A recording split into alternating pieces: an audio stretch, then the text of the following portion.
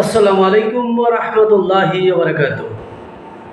সম্মানিত মুসলিম ভাই বোনেরা, পৃথিবীতে অনেক প্রকার মানুষের বসবাস। ধনাঢ্য, গরিব, মধ্যবিত্ত অনেকভাবেই মানুষ চলাফেরা করছে। কেউ খেয়ে কেউ না খেয়ে অনেক কষ্টে জীবনযাপন করলেও মৃত্যু মুখে পতিত হতে কেউ চায় না। আমরা মৃত্যু হোক, অসুস্থ হলেই ছুটাছুটি দৌড়দৌড়ি, একেবারে করুণ অবস্থা কাটলেও মৃত্যু কেউ কামনা করে না, মৃত্যু কেউ চায় না। কিন্তু কোনো দুঃখ, আপনজনের সাথে কোনো কষ্ট, কোনো ঝগড়া বিবাদ, কোনো কিছু হইলে মানুষ মৃত্যু কামনা করে।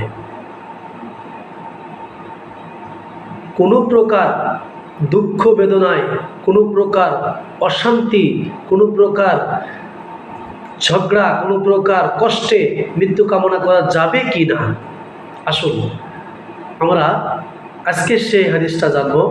রাসূল করিম সাল্লাল্লাহু আলাইহি সাল্লাম এর হাদিস থেকে জানবো যে মৃত্যু কামনা করা যাবে কি না। আসুন হাদিস শুনি। রাসূল সাল্লাল্লাহু আলাইহি সাল্লাম বলেন, তোমরা বিপদে পড়ে মৃত্যু কামনা করবে না।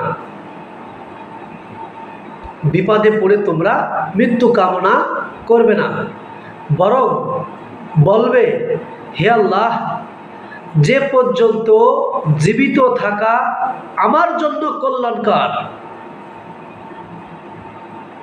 আমাকে ততক্ষণ জীবিত রাখুন। সুবহানাল্লাহ। এবং যখন মৃত্যু আমার জন্য কল্যাণকর, তখন আমাকে মৃত্যু দিন। তাহলে আমরা হাদিসটা স্পষ্ট ক্লিয়ার হয়ে গেলাম। আল্লাহ রাসূল বলছেন, কোনো বিপদে পড়লেও মানুষ অনেক কষ্টে বসবাস করলেও মৃত্যু কামনা করে না।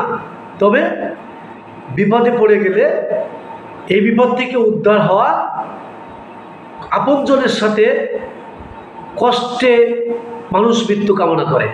রাসূল বলছেন, কোনো অবস্থায় বিপদে পড়ে গেলে মৃত্যু কামনা করবে না, বরং কি বলবে, হে আল্লাহ, যে পর্যন্ত জীবিত থাকা আমার জন্য কল্যাণকর, আমাকে ততক্ষণ জীবিত রাখুন।